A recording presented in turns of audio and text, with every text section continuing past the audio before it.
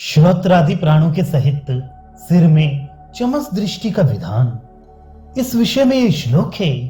चमस नीचे की ओर छिद्र वाला और ऊपर की ओर उठा हुआ होता है। उसमें विश्व रूप यश निहित है। उसके तीर पर 7 ऋषिगण और वेद के द्वारा संवाद करने वाली 8वीं वाक रहती है।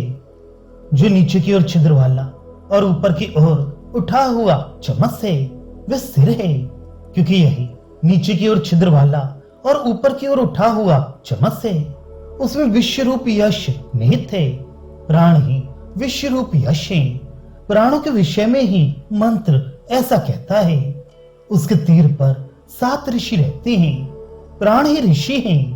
प्राणों के विषय में ही मंत्र ऐसा कहता है। वेदों के द्वारा संवाद करने वाली वाक 8वीं है। वही वेद के द्वारा संवाद करती है। ये नीचे की ओर छिद्र वाला और ऊपर की ओर उठा हुआ चमस कौन है? वह सिर है, क्योंकि वह चमस के समान आकार वाला है। किस प्रकार? क्योंकि ये नीचे की ओर छिद्र वाला है। कारण मुख छिद्र रूप है और सिर बुधनाकार होने के कारण ये ऊर्ध्वबुधन है। इसमें विश्व रूप यश निहित है।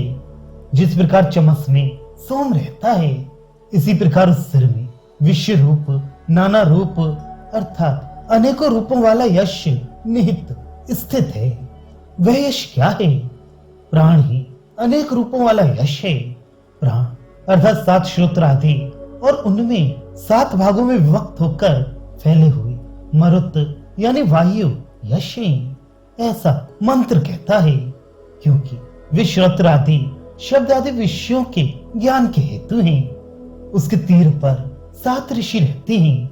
यहाँ स्फुरणात्मक प्राण ही समझने चाहिए। वे ही ऋषि हैं। प्राणों के विषय में ही मंत्र ऐसा कहता है। 8वीं वाक वेद के द्वारा संवाद करती है। वह वेद के द्वारा संवाद करने वाली वाक 8वीं है। इसी से कहा है वाक्य 8वीं है। वह वेद के द्वारा संवाद करती है।